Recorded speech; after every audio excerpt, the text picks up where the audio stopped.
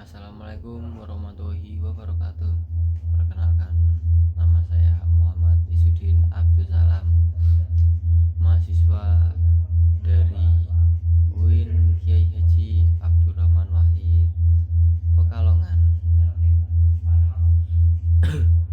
Pada kesempatan ini saya akan menyampaikan beberapa materi kajian keislaman yang meliputi ilmu tasawuf, ilmu kalam, filsafat Islam, tafsir dakwah, hadis dakwah, serta fikih ibadah dan muamalah.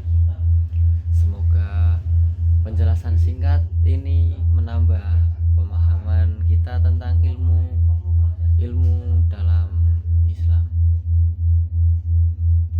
Yang pertama yaitu ilmu tasawuf.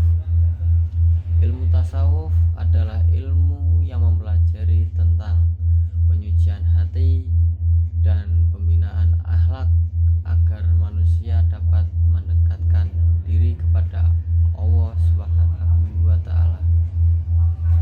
Dasarnya terdapat dalam Al-Qur'an dan hadis seperti Quran surat Asy-Syams ayat 9 sampai 10 berisi tentang pentingnya penyucian jiwa.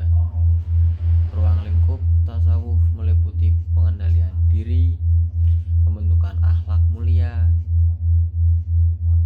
Mempelajari ilmu tasawuf dianjurkan karena membantu memperbaiki kepribadian untuk kita.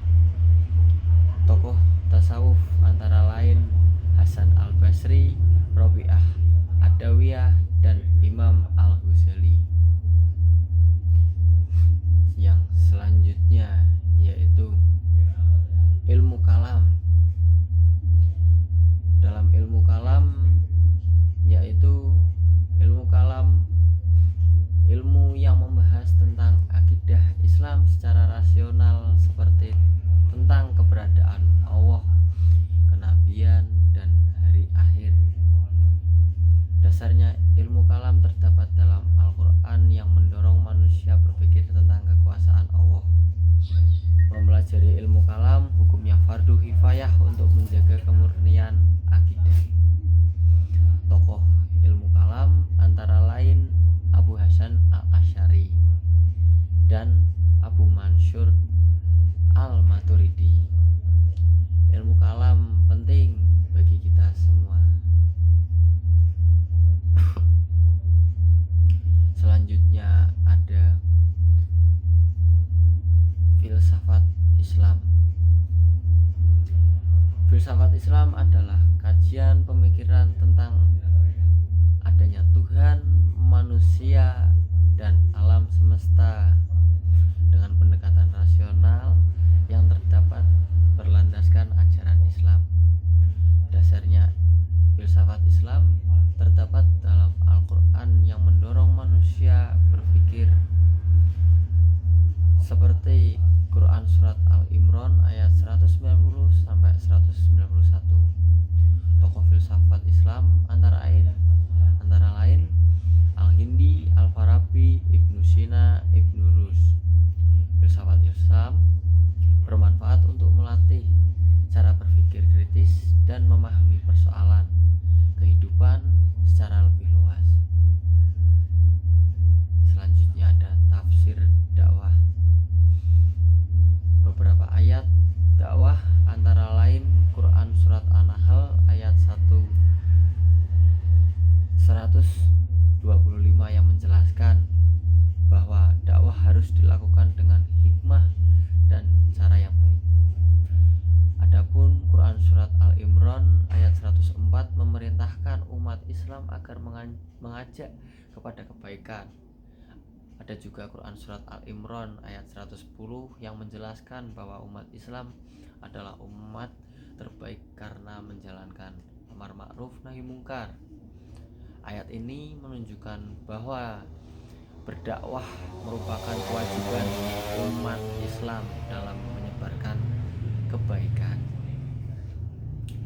Yang selanjutnya ada hadis dakwah. Dalam konteks hadis dakwah Salah satu hadis dakwah adalah hadis yang menjelaskan bahwa kemungkaran harus diubah dengan tangan, lisan, atau hati sesuai kemampuan. Hadis lain menyebutkan, sampaikanlah dariku walau satu ayat. Nabi juga mengajarkan agar mempermudah dalam berdakwah dan tidak mempersulit.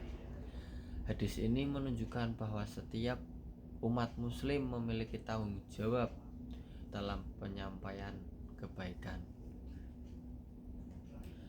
Selanjutnya ada fikih, ibadah, dan muamalah.